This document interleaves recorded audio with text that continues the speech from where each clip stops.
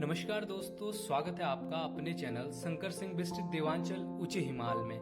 आज हम जा रहे हैं टोटोपारा, टोटो आदिवासी समुदाय के बीच। वही की कुछ जानकारियां टोटो समुदाय से संबंधित हम आपके बीच लेकर आए हैं। तो इससे पहले कि आप ब्लॉग में आगे बढ़ें, चैनल को सब्सक्राइब कर लें, लाइक कर लें, कमेंट कर लें, शेयर कर लें। टोटो समुदाय का, टोटो जनजाति का मैं आपको एक परिचय दूं तो टोटो जनजाति उत्तरी बंगाल के एक टोटोपारा नामक स्थान पर रहती है। और ये इसलिए खास है, ये जनजाति इसलिए खास है क्योंकि विश्व में या भारत में कहें सबसे कम जनसंख्या वाली जो है जनजाति ये है।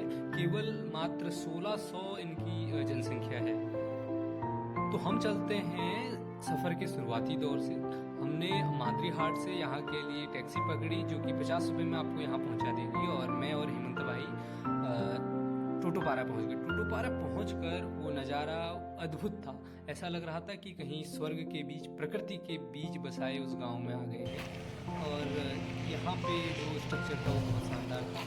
हम आगे बढ़े तो सुशांत भाई के घर पे पहुँचे। सुशांत भाई के घर पे ये डक और इस टाइप की कुछ बकरियाँ, ये इनसे हमारी मुलाकात हुई, पहली मुलाकात हुई।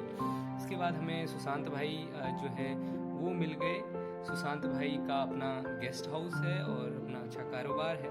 तो हमें सुशांत भाई के गेस्ट हाउस पे रुकना था। ये गेस्ट हाउस के बाहर का फील्ड है और ये सामने जो है वो गेस्ट हाउस है जहाँ पे हमको रुकना है। तो हम थोड़ी देर यहाँ पे फ्रेश वगैरह हो लिए और अपना सामान यहाँ रख लिया। फिर हम बड़े आगे मार्केट की ओर बाहर निकले। और मैं बड़ा एक्साइटेड था इस जगह को एक्सप्लोर करने के लिए क्योंकि ये मेरे मानसिकता के अनुरूप बहुत ही सुव्यवस्थित और प्रकृति के साथ मेल मिलाप के साथ बसा हुआ गांव मुझे नजर आया। तो हम आगे की ओर देखते हुए, सुनते हुए और ऐसे चलते हुए आए। अब हेमंत भाई को चाय पीनी थी तो हेमंत भाई ने तुलसी जो है वो ली और हमने आंटी के यहाँ पे बहुत अच्छी तुलसी की चाय पी। और क्योंकि अब शाम हो चुकी थी और दिन भी धीरे धीरे ढलने लगा था और इस प्रकार से जो है रात्रि हो गई और हमने खाना खाया और आज का दिन यहीं पे समाप्त हो गया। अगले दिन हम सुबह सुबह घूमने निकल गए क्योंकि गांव देखना था। तो एक मॉर्निंग वॉक भी करनी थी और साथ में हेमंत भाई थे। हेमंत भाई के अलावा हमारे साथ अर्नव भाई जो कि यहाँ कुछ काम के लिए आए थे और सुशांत भाई भी हमारे साथ थे। ये जो है अर्नव भाई। तो ये जो है ये इधर क्योंकि पानी है और इधर से ये एक रास्ता, वो चीज़ ये है। और तो हेमंत भाई हैं, अर्नव भाई हैं और साथ में यहाँ के जो निवासी हैं सुशांत भाई हमारे साथ हैं। तो हम निकले हैं अभी थोड़ा सा टूर पे, गांव के टूर पे। तो देख रहे हैं क्या है, कैसे है, चीज़ें समझ रहे हैं।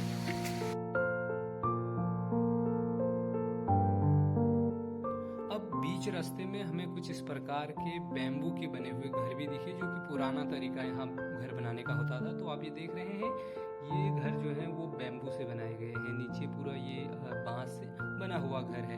तो इस प्रकार की बहुत सारी चीज़ें हम इस वीडियो में और अभी आगे देखेंगे। तो आप वीडियो के साथ बने रहें।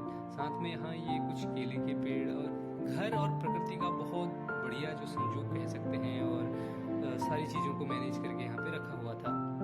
हम धीरे धीरे पहुँच गए ग्वाटी नदी जो कि यहाँ की एक मुख्य नदी है। तो ग्वाटी नदी के बारे में हमें सुशांत भाई ने कुछ चीज़ें बताई। तो सुशांत भाई बता रहे हैं, इनको यहाँ का छोटा टार्जन कहते हैं।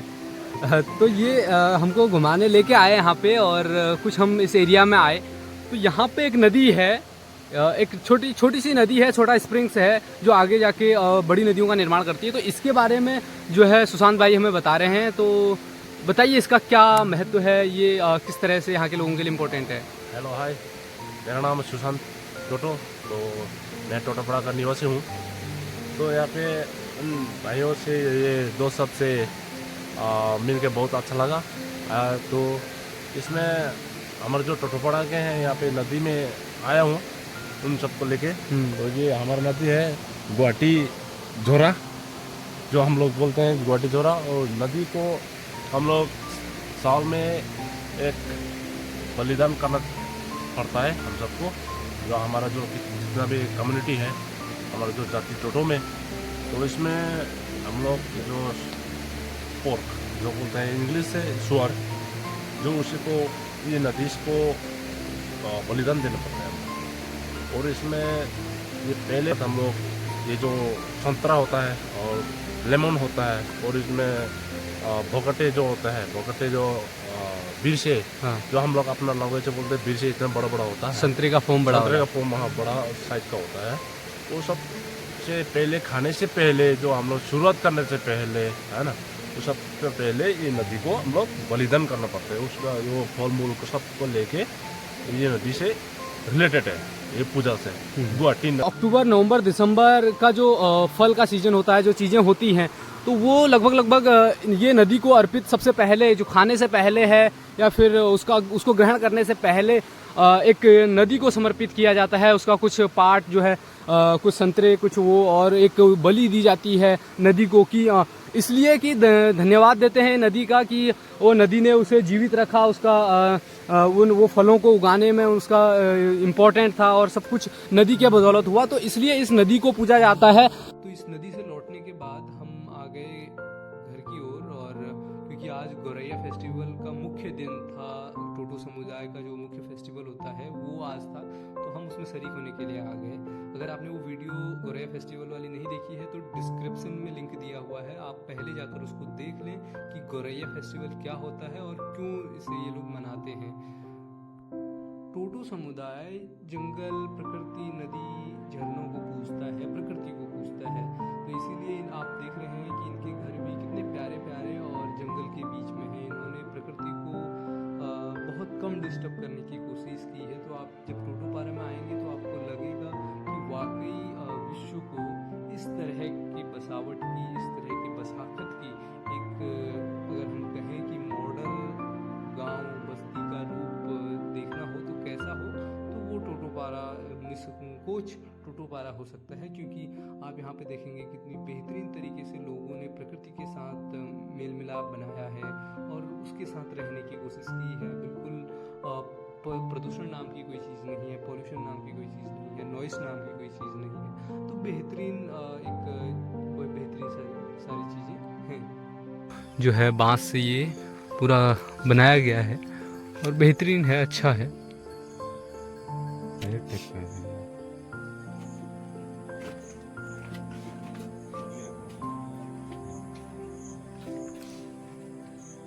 इसमें थोड़ा सा पुरानापन, जो ट्रेडिशनल फील आ रहा है ना।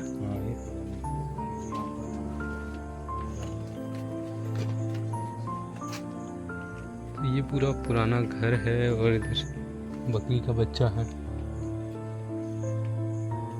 और इधर ये इस टाइप से है। नीचे आप देख सकते हैं ये पूरा लकड़ियों पे खड़ा किया गया है ये, और ऊपर फिर बांस से वो किया गया है। नीचे बकरियां रह रही हैं और ऊपर इंसान रह रहा है। और ये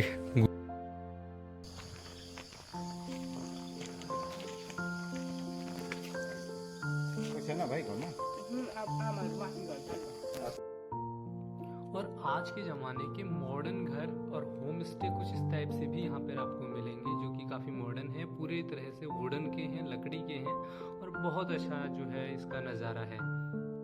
तो हमने कुछ इस होम स्टे को भी एक्सप्लोर किया, तो बहुत अच्छा, बहुत बेहतरीन कारीगरी से बनाया गया है, पूरी तरह से वुडन है और बहुत ही, कह सकते हैं, अल्टरनेटिव है, बहुत ही शानदार ये होम स्टे है। तो बात कर लेते हैं यहाँ के मुख्य आय के साधन और उपज के बारे में। तो ये जो आप देख रहे हैं ये विटल नट है, जिसको कि सुपारी कहा जाता है। तो यहाँ बड़ी मात्रा में आपको सुपारी जो है मिलेगी, सुपारी की खेती की हुई मिलेगी। ये जो सारे पेड़ आप देख रहे हैं ये लंबे लंबे पेड़, लेकिन आया नहीं वो उसमें, आया नहीं, अरे यार सुपारी की खेती की हुई है। घरों के आगे पीछे, घरों के आसपास पूरे टोटोपारा में आपको इस प्रकार का ही जंगल मिलेगा, सुपारी के ही पौधे मिलेंगे। और लगभग एक परिवार की बात करें तो 1000 पौधों के औसतन ये पौधे होते हैं, और एक पौधे पे लगभग 10 से 15 केजी जो है विटल नट निकलता है, और 50 रुपये केजी ये बिकता है। तो एवरेज अगर बात करें तो 5 लाख से ऊपर की इनकम जो है सालाना विटल नट से इन लोगों की होती है। साथ में मुर्गी पालन, बतख पालन, बकरी पालन और गाय भैंसों का पालन ये लोग अपनी दिनचर्या चलाने के लिए बहुत हद तक कहें कि ये लोग कृषि पर और खेती पर, नेचर पे ही डिपेंड अपनी जो है दिनचर्या, अपनी जीविका चलाते हैं। ये एक टोटो भाई हैं जो हमें यहाँ पर मिले। तो ये कुछ जो इनके हाथ में है, ये कहते हैं कि ये जानवरों को भगाने के लिए इसका उपयोग करते हैं, और ये जो है बकरी पालन, गाय पालन और इस तरह की खेती, और एक इंटीग्रेटेड मॉडल पे यहाँ पे जो है पारंपरिक तरीके से खेती, गाय पालन, बकरी पालन, पशुपालन तरीके से काम होता है। तो हम घूमते घूमते गांव के निचले हिस्से की ओर आए। ये जो खेती आप देख रहे हैं यहाँ पे मडुआ ये लोग लगाते हैं, और जो ये सामने आपको ये पहाड़ियाँ और ये शहर जैसा दिख रहा है, ये भूटान का है। ये भूटान है और यहाँ से बहुत नज़दीक है। तो हम नीचे जो है भूटान बॉर्डर की ओर बढ़ रहे हैं। हम पहुँच गए भूटान बॉर्डर पे। ये जो है आप देख रहे हैं, ये भूटान का चेक पोस्ट है, और यहाँ पे एक फौजी भाई भी हमको मिले, लेकिन वो हमसे बहुत ज़्यादा बात नहीं कर रहे थे, क्योंकि उनको लग रहा होगा कि कुछ डर होता है। और वो फिर जो कुछ टोटो भाई आए तो उनसे पूछ रहे थे कि कौन है, क्या है। तो हम यहाँ पर जाके आए और हमने थोड़ा चीज़ें एक्सप्लोर की। तो यहाँ पे पूरा सा बंद किया हुआ है। पहले टोटो और भूटान के लोगों के बीच अच्छे संबंध थे और वो लोग आते जाते रहते थे, लेकिन अब जब से लॉकडाउन लगा, भूटान ने अपना पूरा क्षेत्र जो है वो प्रतिबंधित कर दिया है और वो बंद कर दिया है। तो अब थोड़ा सा आना जाना नहीं हो पाता है। और फिर हम भटकते भटकते गांव के बीच से होते हुए वापस आ गए, क्योंकि आज का दिन भी ढलने लगा था। ये जहाँ पर हम हैं, ये नेपाली समुदाय के लोगों का घर है, और ये लोग भी यहाँ पे बड़ी मात्रा में रहते हैं। अगले दिन हमें मिलना था कालीचरण जी से। कालीचरण जी टोटो समुदाय के पुजारी हैं, और जो पूजा पाठ होता है वो इनका मुख्य कार्य है यहाँ पे। और वो साथ में बताते हैं कि वो किस प्रकार से जड़ी बूटियों के माध्यम से भी पहले से उपचार किया करते थे, और उसका बड़ा महत्व हुआ करता था।